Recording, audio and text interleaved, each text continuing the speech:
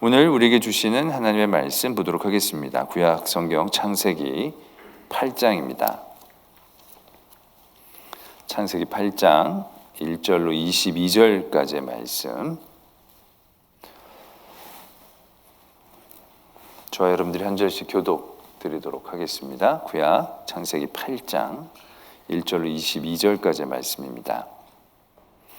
하나님이 노아와 그와 함께 방주에 있는 모든 들짐승과 가축을 기억하사 하나님이 바람을 땅 위에 불게 하심에 물이 줄어들었고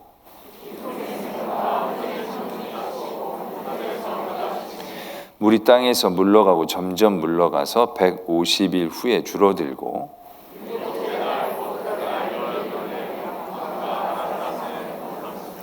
물이 점점 줄어들어 열째 달 곧 그 달 초하룻날에 산들의 봉우리가 보였더라.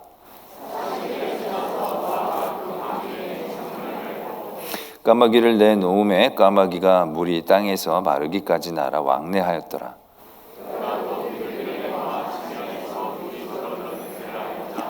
온 지면에 물이 있으므로 비둘기가 발붙일 곳을 찾지 못하고 방주로 돌아와 그에게로 오는지라 그가 손을 내밀어 방주한 자기에게로 받아들이고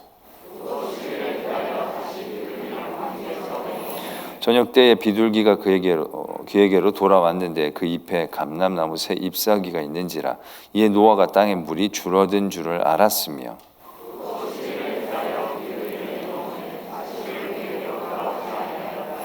(601년) 첫째 달 곧 그 달 초하룻날에 땅 위에서 물이 거친지라 노아가 방주 뚜껑을 제치고 본즉 지면에서 물이 거쳤더니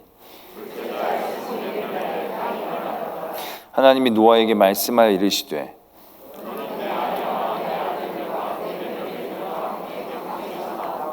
너와 함께한 모든 혈육 있는 생물 곧 새와 가축과 땅에 기는 모든 것을 다 이끌어내라. 이것들이 땅에서 생육하고 땅에서 번성하리라 하시매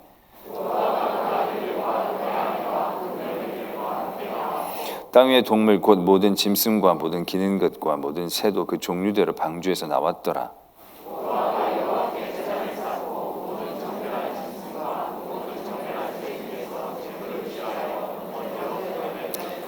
여호와께서 그 향기를 받으시고 그 중심에 이르시되 내가 다시는 사람으로 말미암아 땅을 저주하지 아니하리니 이는 사람의 마음이 계획하는 바가 어려서부터 악함이라.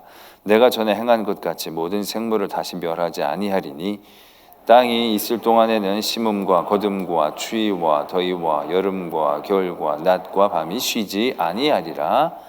아멘. 하나님의 말씀입니다. 홍수로 이 세상에 하나님의 심판이 임했습니다. 40일간 비가 쏟아지고 그런 이후에 150일 동안 땅에 물이 넘쳤습니다. 이 150일 동안의 기간은 이 땅이라고 얘기하는 이곳에 땅이 없는 그런 기간들을 의미하고 있습니다. 그 150일 후에 물이 점점 줄어들기 시작을 합니다. 그래서 일곱째 달이라고 얘기하는 것은 노아가 600세 된 해를 기준으로 얘기하는 것 같습니다. 600세 되던 해 둘째 달에서부터 둘째 달 11의 날부터 비가 오기 시작한 홍수가 시작했는데 일곱째 달 11의 날에 방주가 드디어 멈춘 것입니다. 그러니까 거의 5개월 이상 배가 땅에 있지 못하고 흘러가는 그러한 느낌 가운데 이 노아가 있었다는 것을 의미하는 것이죠. 40일 그러니까 한 달 좀 더 지나치게 비가 오고 비가 그친 다음부터는 계속 이제 배가 움직이고 있었다는 것입니다. 노아는 어쨌든 방주 안에 있었습니다. 방주는 물로 심판하는 그 세대와 구분되어져 있는 곳임에는 틀림이 없습니다. 그곳에 오직 삶이 있는 곳을 방주로 의미하는 것입니다. 그러나 그 방주가 그 죽음의 자리에서 아주 동떨어져 있었던 것은 아니었다는 얘기죠. 아주 안전한 곳, 전혀 그 물에 대한 느낌 없이 편안하게 그 시간들을 지낼 수 있었던 곳에 있었던 건 절대 아니었다는 겁니다. 방주라는 그 자체가 물 위에 떠 있었고 물이 정처 없이 흘러가는 동안에 수없이 많은 생각들을 할 수밖에 없는 자리에 있는 거죠. 왜냐하면 그 방주는 키가 없습니다. 그러니까 방향을 자기가 잡을 수 있는 게 아닙니다. 그냥 떠내려가는 겁니다. 흘러가는 것입니다. 이게 어디로 갈지, 어디에서 멈출지, 어디에서 부딪힐지, 물론 하나님께서 그를 방주에 들어가게 해주신 것이니까 그런 모든 걸음들을 하나님께서 지켜주시고 인도해 주실 거라는 것을 우리는 너무나 잘 알고 있겠지만, 그 시간들 안에 우리가 들어가 있었을 때 정처 없이 배가 계속적으로 물 위에 떠나가고, 이제 비는 그쳤는데 이 물이 언제 줄어들지, 이게 줄어들 때 우리 배가 어디에 서게 될지, 수없이 연약함 가운데 있을 수밖에 없는 상황 가운데 노아가 있었다는 사실입니다. 방주란 곳이 구원의 자리였고 또 생명의 자리였지만, 그것이 그렇게 땅 짚고 헤엄치듯이 쉬운 자리만은 아니었다라는 것을 우리가 새삼 느낄 수 있게 되는 대목이 되는 것이죠. 5개월여 동안, 물론 어떻게 보면 다른 기간에 비하면 굉장히 짧은 기간이지만, 그 안에 방주 안에서 방향도 잡지 못하고 어떤 것도 자기가 조절할 수 없고 컨트롤할 수 없는 그런 상황 가운데에서 있었던 시간들은 그렇게 쉬운 시간들은 아니었겠다라는 생각들을 해보게 되죠. 어쨌든 배가 어느 순간인가 멈추게 되죠. 뭔가 이제 걸린 것 같은 느낌을 받게 됩니다. 그러면서 물이 점점 줄어들죠. 방주에서 봤더니 이제 봉우리들이 조금씩 보이기 시작한 겁니다. 뭔가 이제 변화가 느껴지고 소망이 그들에게 생겨날 수 있는 대목이었다는 거죠. 그리고 나서도 40일이 지나서야 이제 노아가 방주에서 창문을 열고 뭔가 자기의 시도를 하기 시작합니다. 까마귀를 내보내죠. 근데 까마귀는 갔다가 돌아오지를 않았습니다. 왜냐하면 까마귀는 웬만한 데는 앉아서 그냥 있을 수 있었으니까, 또 썩은 것도 충분히 먹을 수 있었던 동물이라고 우리가 알고 있기 때문에 아마 그런 이유에서 이 까마귀는 돌아오지 않아도 되는 그런 상황 가운데 그가 있었다는 거죠. 그러나 그것이 이 노아의 가족들이 살기에 충분한 상황이라고 얘기할 수는 없는 거죠. 다시 7일이 지난 후에 비둘기를 내어놓습니다. 근데 이 비둘기는 갔다가 다시 돌아오게 되죠. 비둘기가 있을 만한 곳은 없는 그런 상황이었던 거죠. 다시 7일 지나서 또 비둘기를 내보냈더니 이제 비둘기가 감람나무 새 잎사귀를 물고 왔다는 겁니다. 그러니까 이렇게 떠다니는 잎이 아니라 뭔가 새롭게 자라고 있는 잎을 뜯어온 거죠. 그러나 그럼에도 불구하고 비둘기는 그냥 방주로 돌아온 상태입니다. 또 한 번 7일이 지나서 비둘기를 내보냈더니 이제 그 비둘기도 돌아오지 않은 겁니다. 상당히 밖이 상황이 좋아졌다라는 것을 예상할 수 있는 대목이다라는 얘기죠. 그러나 그럼에도 불구하고 노아는 가만히 있었습니다. 그때 601년 첫째 달, 그달 초하룻날, 1년 좀 덜 지난 때가 되겠죠. 600년 두째 달부터 비가 온 거니까 첫째 달이니까 11개월 정도, 이제 11개월 정도 지난 다음에 완전히 방주의 뚜껑을 열고 나와본 거죠. 물은 거쳤지만 아직 살기에는 충분치 못한 상황으로 여겨졌겠죠. 두째 달 21의 날 땅이 말랐다라는 것입니다. 어떻게 보면 땅이 마른 것을 노아도 충분히 인지할 수 있었던 때였을 것입니다.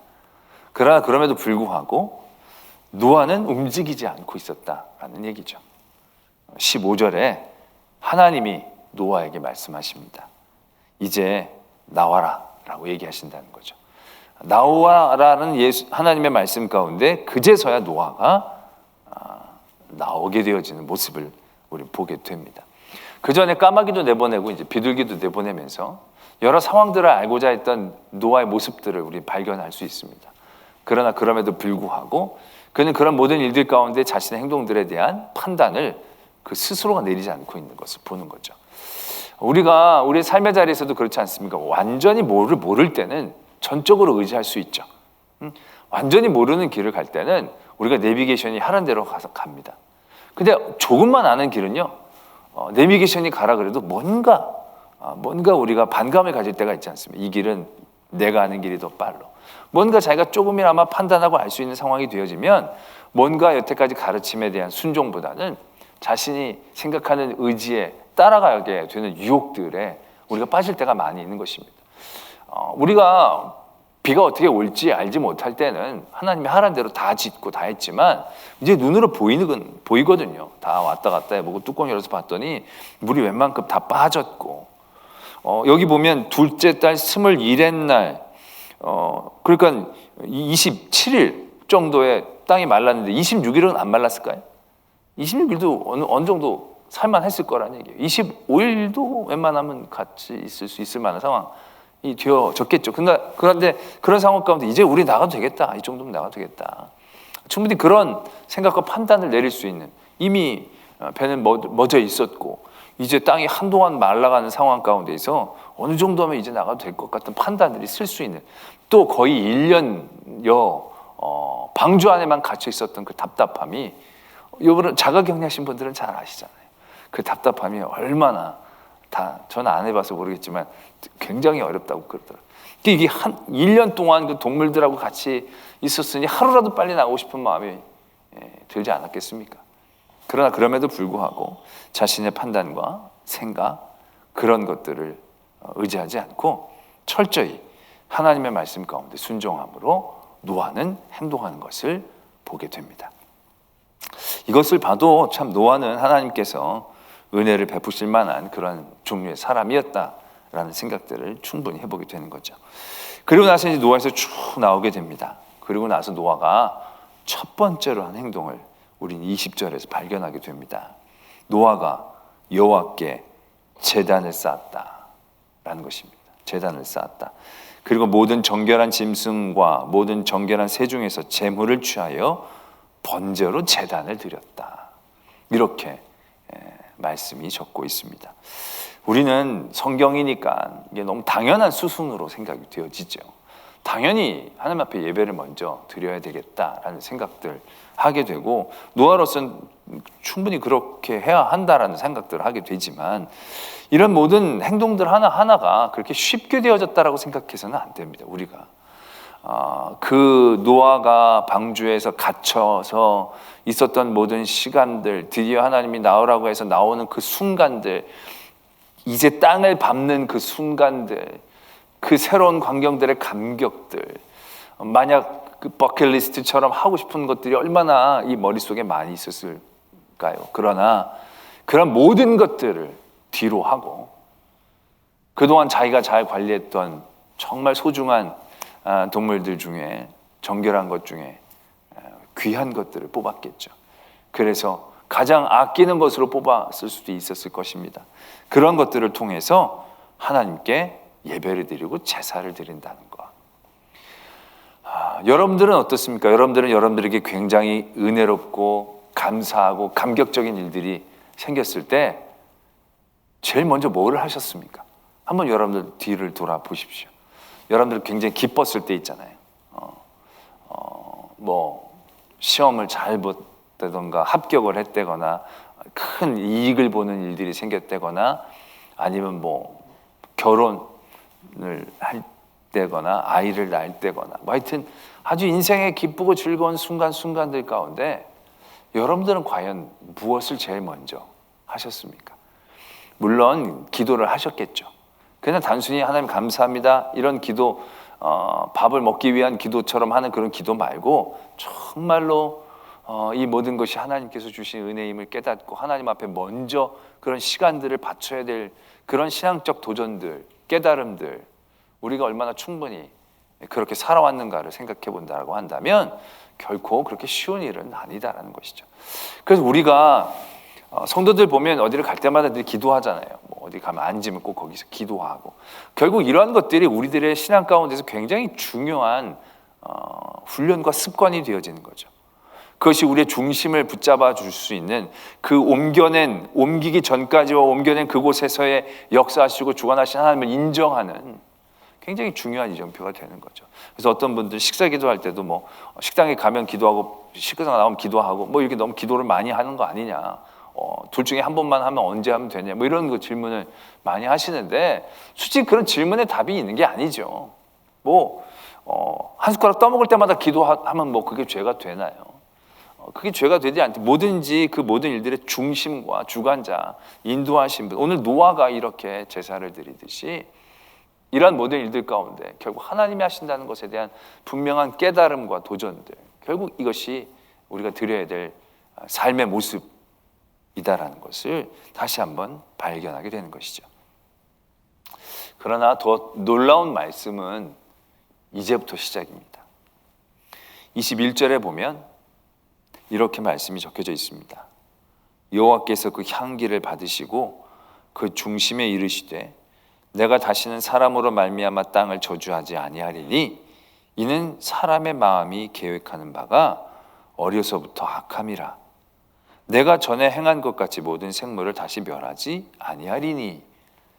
이렇게 말씀하고 계신다는 겁니다. 지금 하나님께서 이렇게 하나님 앞에 순종을 잘했고 또 그의 삶의 자리에서 처음 나오자마자 다른 모든 것들보다는 가장 소중한 것으로 하나님 앞에 예배를 드렸던 노아가 드린 제사를 받으시고 그 향기를 받으시고 중심으로 하나님께서 이르시되 자신에게 말하자면 그것들을 다짐하시기를 사람으로 말미암아 땅을 저주하지 않겠다. 이렇게 마음 먹으신 거죠. 왜? 노아가 잘했잖아요. 이제 노아가 잘했으니까 다 노아 후손이고, 그러니까 이제 다시는 이게 솔직히 지금 이런 다른 동식물들 이런 생물들이 왜 이 물로 다 심판을 받았어요? 이 사람 때문에 이렇게 다 당한 거거든요.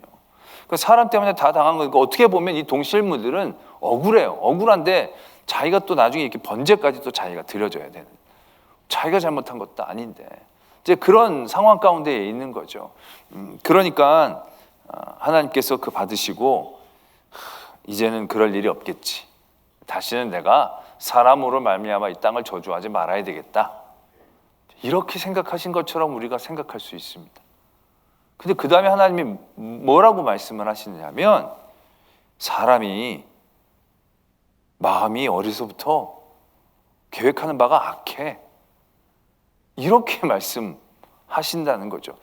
이 악했던 사람들은 이미 다 죽은 거라고 저희들은 생각한 거거든요. 왜냐하면 가장 의롭다라고 얘기했던 노아만 살려놓은 거예요. 노아와 그의 자녀들.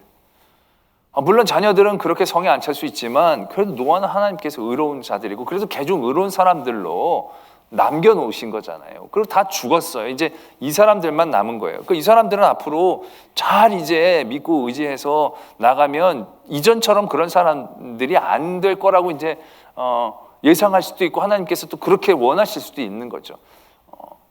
그런데 지금 딱 별 잘못도 없고 굉장히 노아가 잘 살아왔고 노아의 아까도 이전까지 방주에서 순종도 잘하고 제사도 드렸고 그러니까 굉장히 기뻐하셔서 그 번제를 받으시고 기뻐하셔서 내가 다시는 이제 이 땅을 다 멸하지 않겠다. 너희들 때문에 다 멸하지 않겠다. 이제 이렇게 얘기하실 줄 알았는데 그게 아니라 다 악하구나.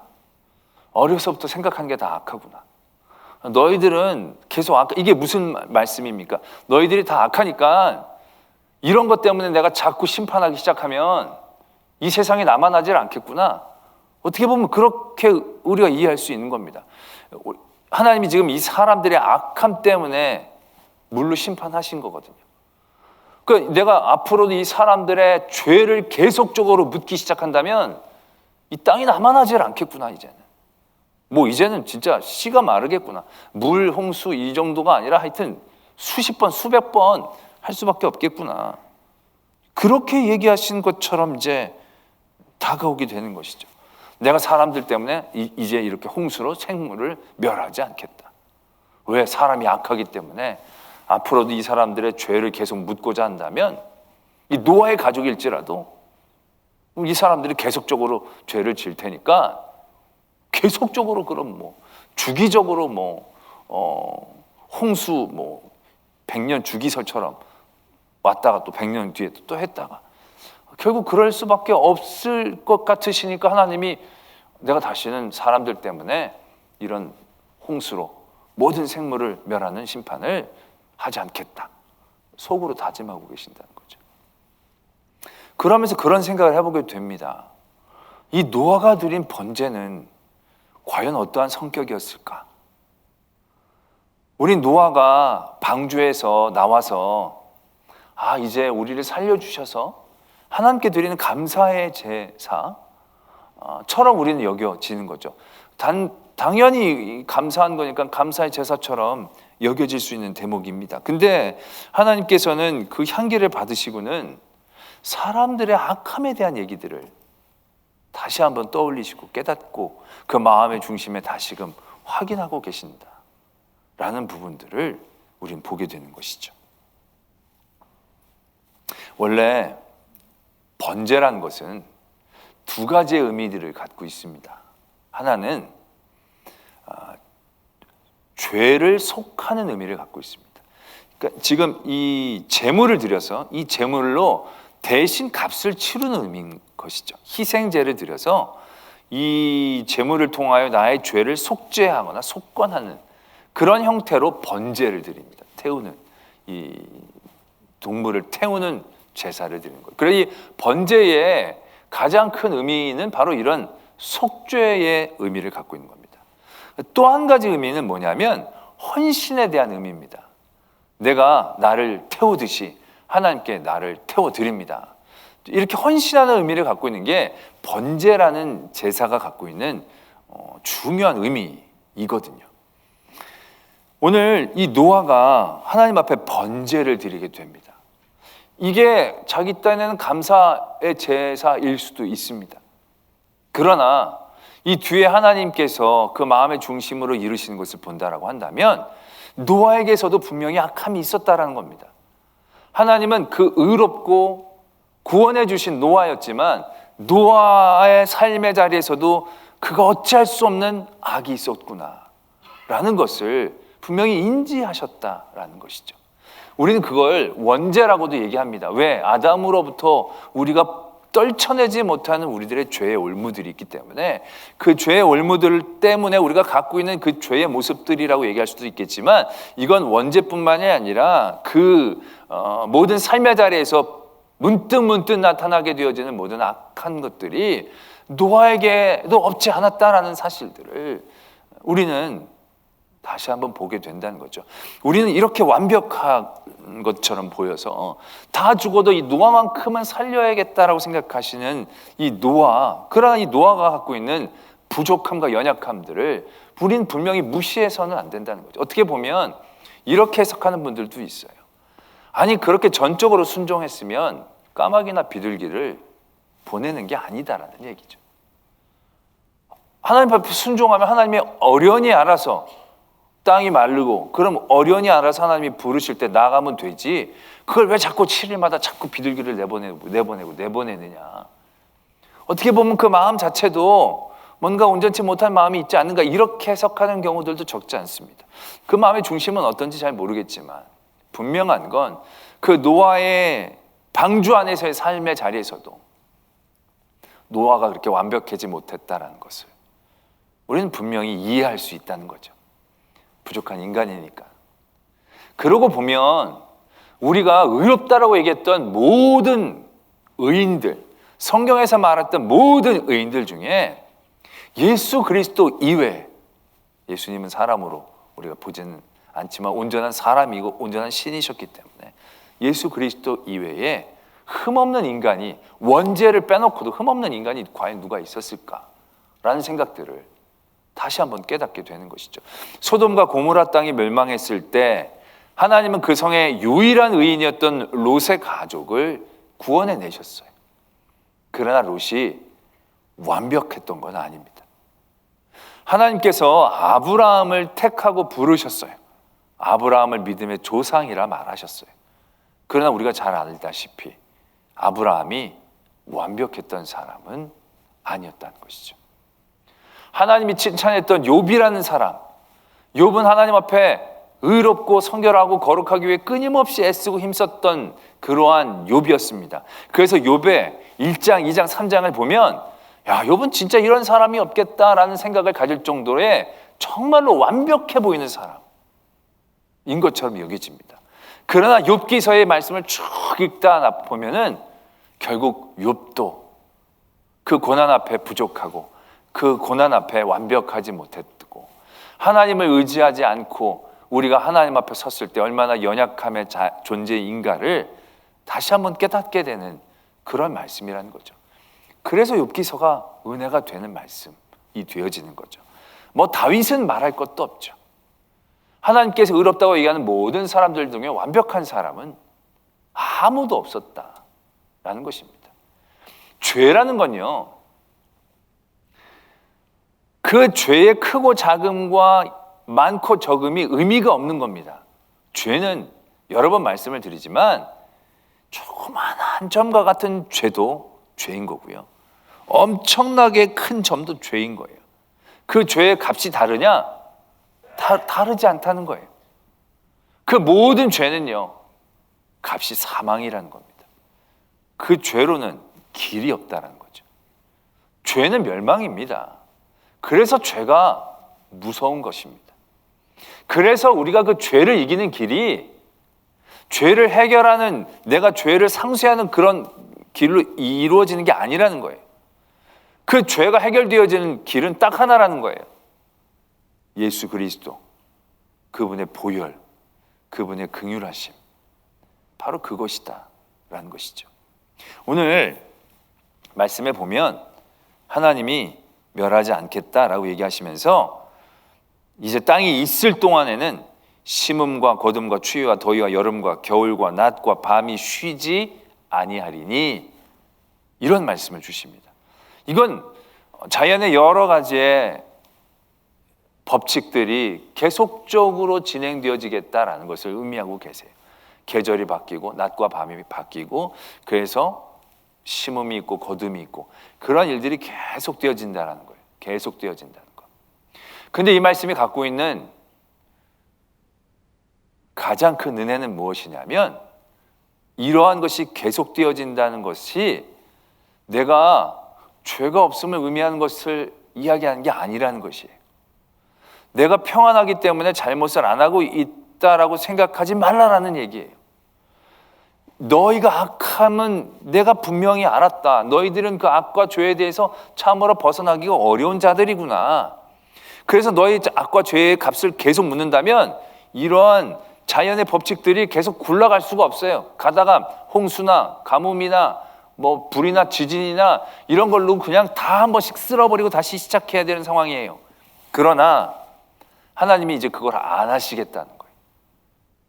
대신 우리가 깨달아야 될 게 있다는 거예요. 이게 계속된다고?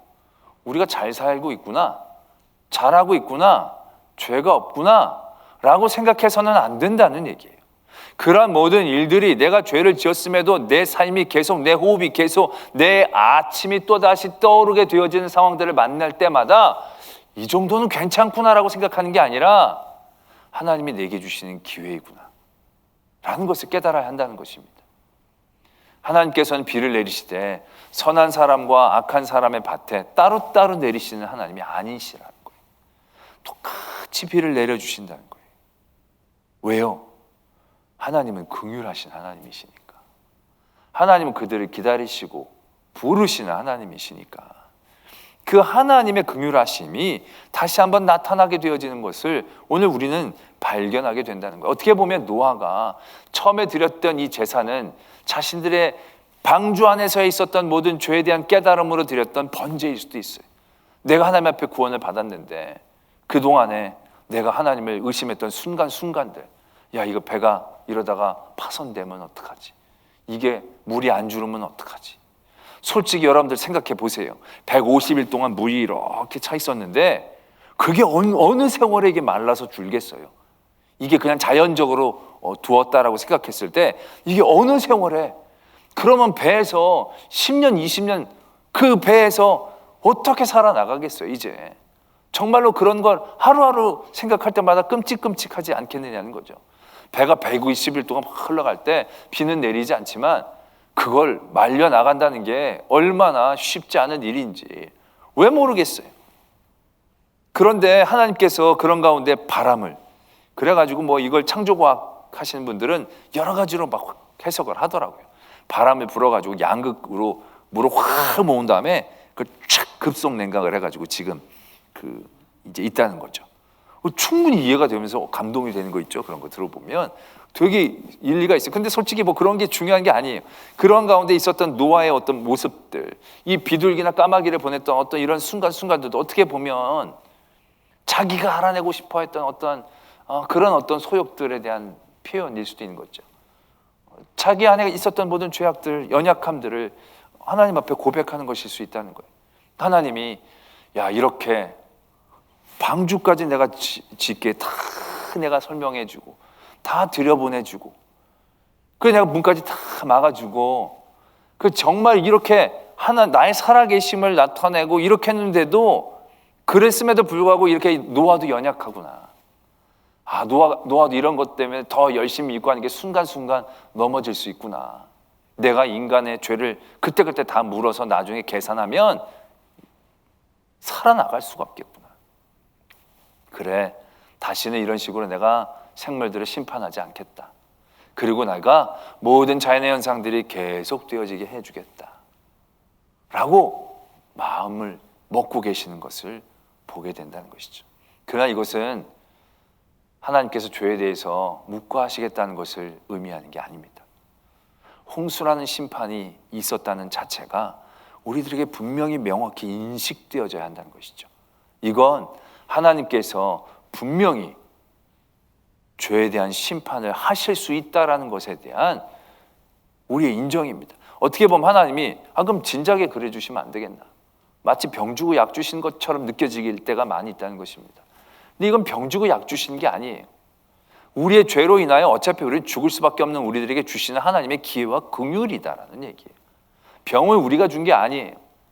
우리가 죄로 썩을 수밖에 없는 우리들에게 끊임없이 하나님은 우리에게 큰 그림으로 긍휼과 은혜로 약을 주시고 계신다는 거예요. 이미 심판으로 다 없어질 수밖에 없는 우리들을 그러나 하나님 은혜로 건져주셨어요. 그러한 심판의 모습을 우리는 분명히 기억하면서 분명히 하나님께서 그 죄에 대해 값을 물으실 이 땅에 대한 또 다른 하나님의 심판에 대한 인정이 있어야 된다는 거예요. 에이, 2000년 동안 안 오셨으니까 안 오실 거야, 이런 생각하시면 다시는 이런 심판이 안 난다고 했으니까 안 하실 거야, 그런 식으로 생각해서는 안 된다는 거죠. 때문에 우리가 우리의 삶의 자리에서 순간순간 겪게 되어는 전 인류적인 재앙이 아닌 순간순간의 모든 재앙들을 통해서 결국 우리가 갖게 되어지는 것이 무엇입니까? 심판에 대한 분명한 깨달음과 인식들을 그때그때 흔적으로 느낄 수 있다는 거예요. 우리가 여름에도 이렇게 집중포가 내릴 때 있습니다. 전에는 무슨 40일 동안 비가 내린다고 어떻게 다 갇힐까? 근데 한번 집중호우 내릴 때 보면요, 이렇게 내리기 시작하면 40일이면 다 끝장나겠다 진짜. 그런 느낌이, 그런 두려움이 생길 때가 있지 않으십니까 여러분들? 여러분 담력도 좋습니다. 그럴 때마다 늘 하나님에 대한 심판들에 대한 깨달음이 다시 있게 되는 것이죠. 그리고 분명히 이젠 물로 하는 심판이 아니죠. 이젠 불로 하는 심판인 거죠. 이제 다시 오실 예수 그리스도 그 심판의 때에 우린 분명히 지난주에도 말씀을 드린 것 같은데 종말론적인 신앙으로 우리가 살아가야 된다는 거죠. 그런 가운데 지금 우리에게 누려지는 이러한 샬롬 같은 삶의 자리들이 내가 잘 살아서 죄가 없어서 이렇게 우리에게 유지되어지고 있다고 생각해서는 안 된다는 겁니다. 이런 모든 것들이 되어지는 것은 하나님이 우리에게 주시는 은혜와 긍휼의 시간인 것이죠. 때문에 이러한 시간대에 우리는 더 깨어서 하나님 앞에 우리의 부족함을 아뢰고 하나님의 은혜와 긍휼 아니면 이 일들이 이루어지지 않음에 대하여 분명히 깨닫고 그런 일들에 대한 우리의 초점을 맞춰야 한다는 것이죠.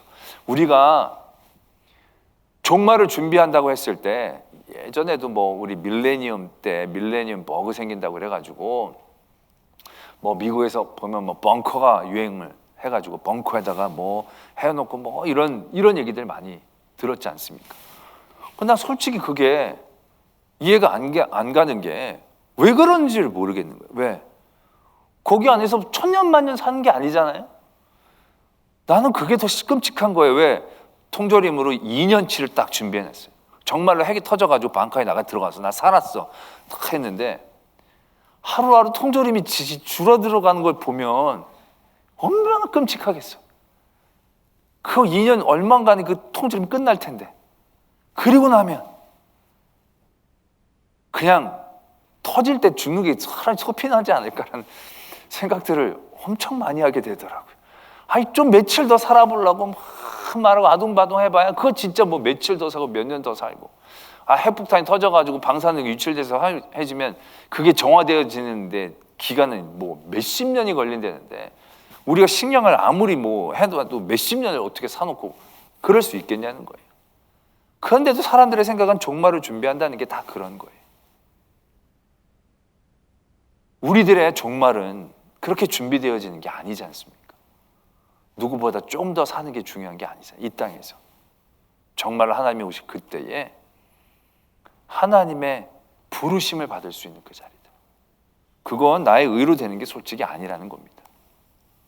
하나님을 향한 간절함, 하나님만을 붙잡고 의지하는 그러한 집중함과 낮아짐, 결국 그러한 종말을 준비하는 우리들의 믿음의 모습들을 오늘 우리는 다시 한번 발견하게 되는 거죠. 홍수를 통해서 하나님은 또 다른 심판에 대한 가능성들을 얘기하고 계신 겁니다. 그러나 그 홍수의 심판을 통해서 그 심판을 이길 은혜의 길을 또한 우리에게 그림자처럼 보여주시는 거죠. 우리의 의로움, 우리의 완벽함이 아니라 온전한 하나님을 향한 순종과 의지들. 그래서 하나님이 우리를 흡족하게 여기시는 그런 관계의 회복들, 그것이 또 다른 심판을 준비하는 우리들의 지혜로운 믿음의 모습인 줄 믿습니다.